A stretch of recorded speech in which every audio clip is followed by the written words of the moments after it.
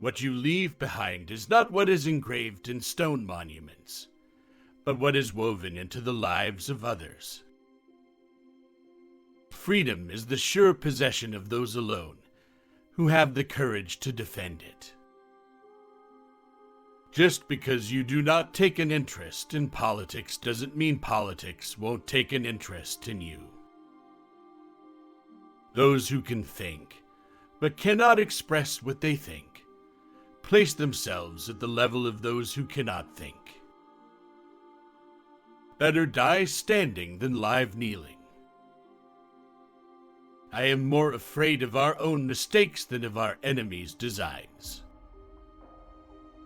Those who can truly be accounted brave are those who best know the meaning of what is sweet in life and what is terrible, and then go out, undeterred, to meet what is to come.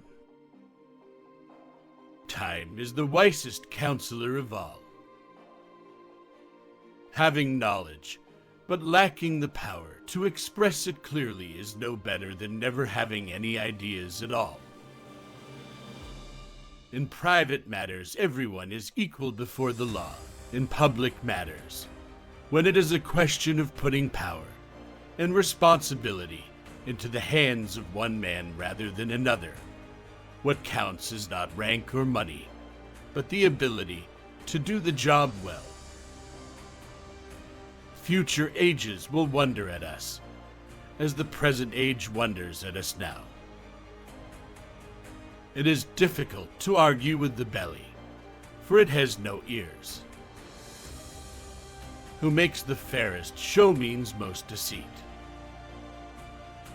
Wait for the wisest of all counselors, time. We do not imitate, but are a model to others. Although only a few may originate a policy, we are all able to judge it. If Athens shall appear great to you, consider then that her glories were purchased by valiant men, and by men who learned their duty.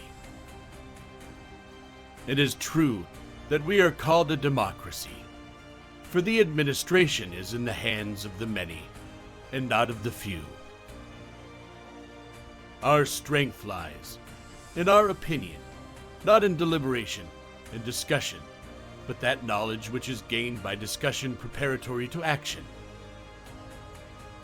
Our Constitution does not copy the laws of neighboring states. We are rather a pattern to others than imitators ourselves. The freedom which we enjoy in our government extends also to our ordinary life.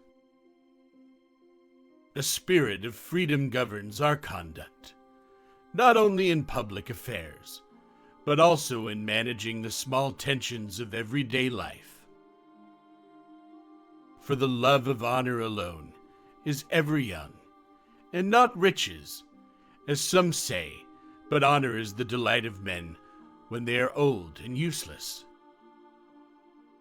Because of the greatness of our city, the fruits of the whole earth flow in upon us, so that we enjoy the goods of other countries as freely as our own. Those who are politically apathetic can only survive if they are supported by people who are capable of taking action. As for poverty, no one need be ashamed to admit it. The real shame is in not taking practical measures to escape from it. Our love of what is beautiful does not lead to extravagance. Our love of the things of the mind does not make us soft. The whole earth is the tomb of heroic men, and their story is not given only on stone over their clay, but abides everywhere, without visible symbol woven into the stuff of other men's lives. It is right to endure with resignation what the gods send, and to face one's enemies with courage. We rely not upon management or trickery, but upon our own hearts and hands. We alone do good to our neighbors not upon a calculation of interest, but in the confidence of freedom and in a frank and fearless spirit.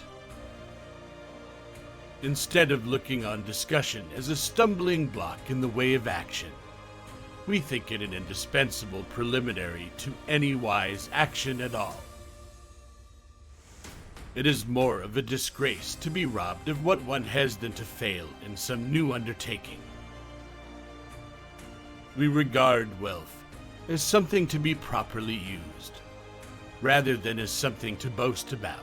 Make up your minds that happiness depends on being free, and freedom depends on being courageous. Famous men have the whole earth as their memorial. We Athenians hold that it is not poverty that is disgraceful, but the failure to struggle against it.